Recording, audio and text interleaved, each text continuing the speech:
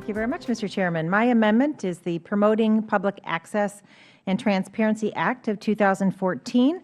It takes an important step forward to increase public access to federally funded research, and unlike the base bill we're marking up today, it does so in a way that does not risk the health of Americans or the environment. Taxpayers support most of the research conducted at our universities, and I agree that more can and should be done to provide the public with access to the results of that research.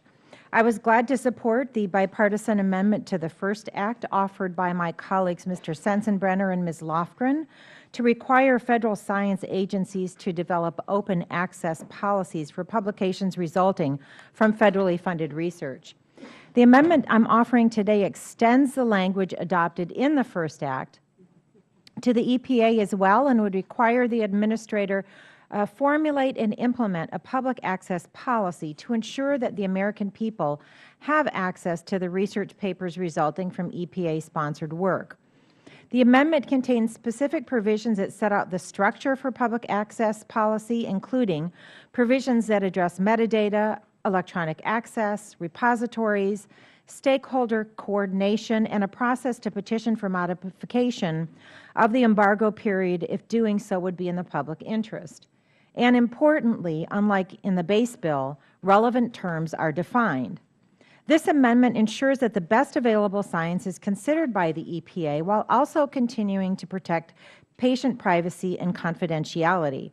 Many have raised concerns that, as written, the underlying bill will result in certain scientific research being ignored by the EPA because of the need to protect patient privacy and confidentiality.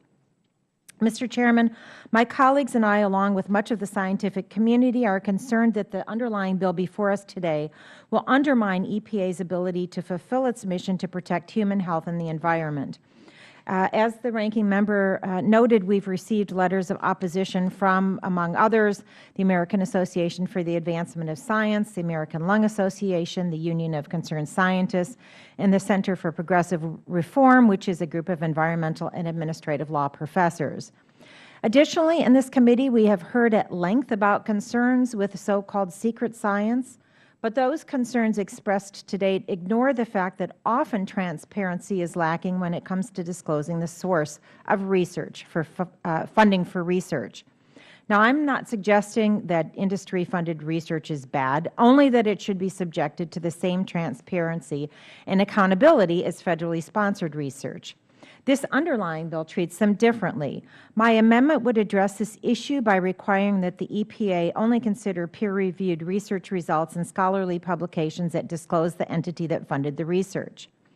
Mr. Chairman, my amendment achieves the transparency and accountability that is the stated rationale for the bill before us today, and it does so in a way that preserves the EPA's ability to make use of the best science available and serve its mission of protecting public health. I urge members to support this amendment, and I yield back the balance of my time. Thank you, Mr. Chairman. Thank you.